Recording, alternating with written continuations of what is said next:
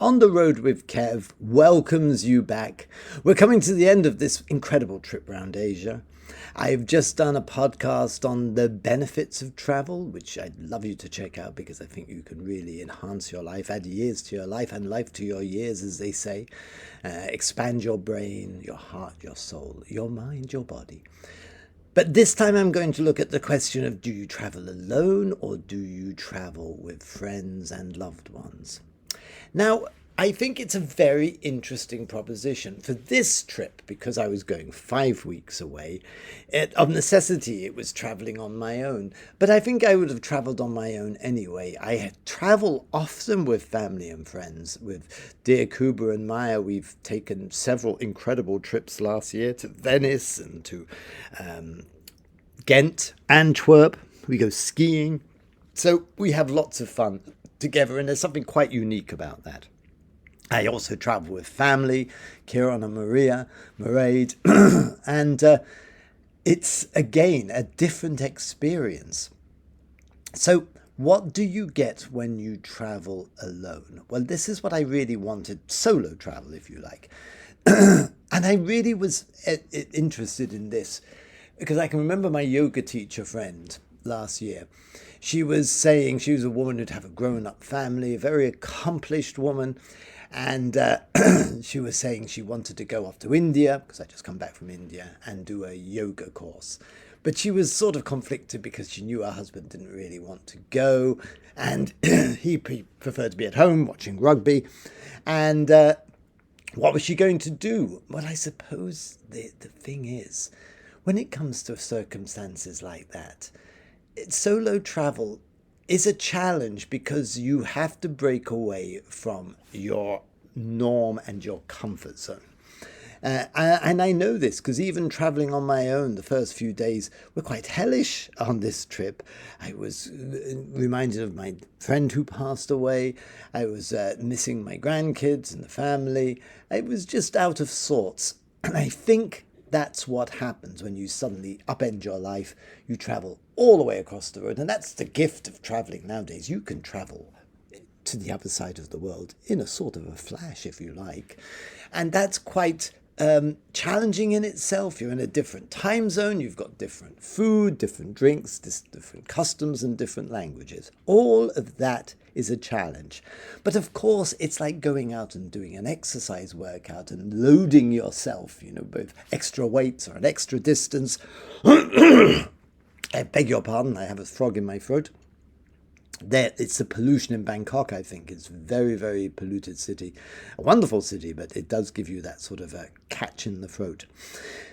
So this is the whole point about, can you overcome the challenge of leaving your comfort zone?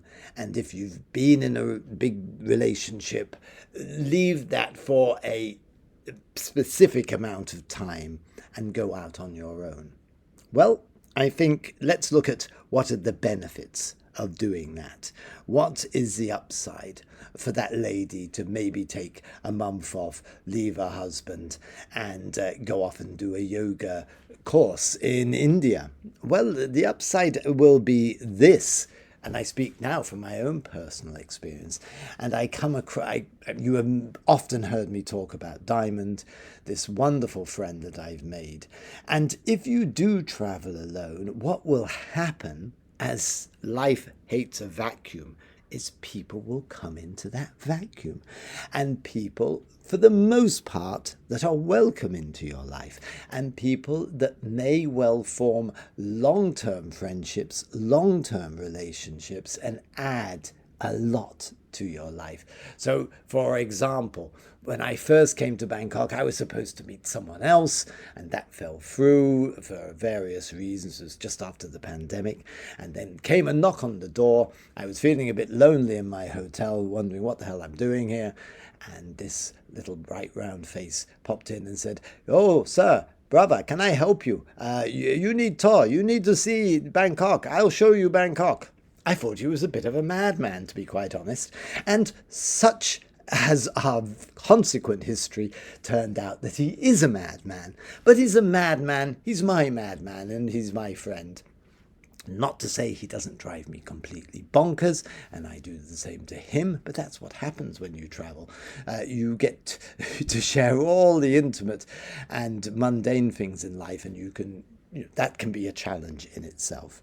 But what have I got from meeting Diamond? Well, I've got a different view on life. I've got someone who would take me down to Koh San Street, who would show me the secret byways and pathways of Bangkok, who would show me things I could never in a million years explore and experience. And that was just in Bangkok. And then he said, well, come to Laos. And he said, then let's go to Cambodia. And then let's go to the Killing Fields. And most of all, let's go to Angkor Wat in Siem Reap, which was really life-changing. I don't want to overuse that word, but travel will provide you with life-changing experiences. And now he's joined me in Taiwan, and he has joined me in Hiroshima in Japan. And when we were walking at night, it was a very spooky experience, which I'd like to share with you briefly. We were at the A-bomb site, the dome that was directly underneath when the A-bomb went off, the atomic weapon blew up, incinerating 70,000 people in a nanosecond, literally. This structure was underneath and it remained intact. Everybody in the building was perished immediately, and the structure just about held because it was built to withstand an earthquake, and this was an earthquake, believe me. And Diamond said something very interesting after we'd had our walk. He said he suddenly got very frightened. As he was walking behind me, we were alone. It was pitch dark. The building was lit up and it had a sort of a ghostly aura around it. And Diamond, in his way, he's a sensitive soul, he actually thought he heard or felt some of the souls themselves that had perished in that moment. And I think travel can give you these extraordinary insights where the quantum world we live in, which is quite extraordinarily complex, and you can get insights into different times and different places. Anybody who's visited an old battlefield or a graveyard will also get that intuition, if you're open to it, of the energy that was once there. And when you think about it, 70,000 people like that disappeared, many of them children, vaporized, gone in an instant. Would that not leave some sort of echo, some sort of scream, cosmic scream, some sort of something that you could pick up on, you could channel if you were so minded and so sensitive? And I thought that was a wonderful thing to share with him as a friend. And that's why now I really love my travels to the Orient and reconnecting with this friend that I've made. I've another friend, Karu, and we hang out a lot together. And these are friends that I've traveled around with and shared these extraordinary experiences of the Killing Fields and Angkor Wat and Hiroshima and Tokyo and Luang Prabang in Laos. So going back to this lady, if she did go and have her yoga retreat, she would undoubtedly meet souls that are interested in what she's interested in. And the universe does provide us, as you know, serendipity, synchronicity. It will provide you with companions, like-minded people who you would never talk to, you would never interact if you were with your loved one or your family or your friends. And that's the dynamic of traveling solo. I would always travel with family and always travel with Kuba and Maya while they're still interested in doing it.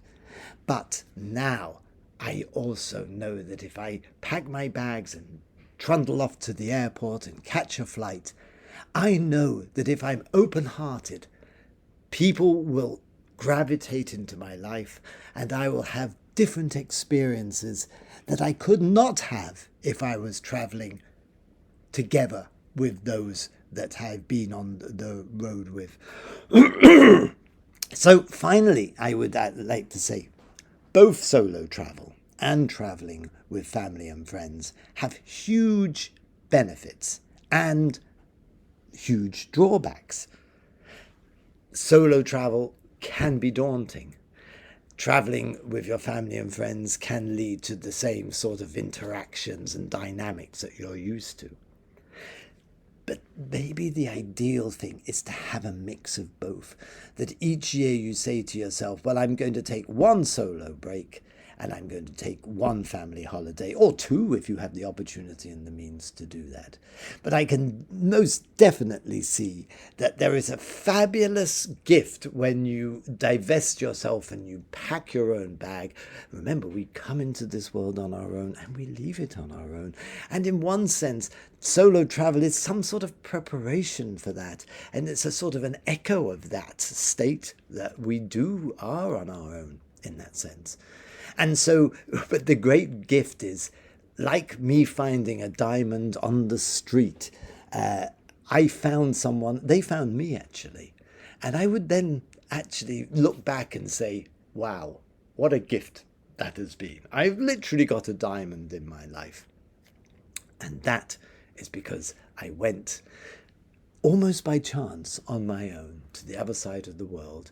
And this whole different life and this whole different group of friends that have become almost like family are with me now.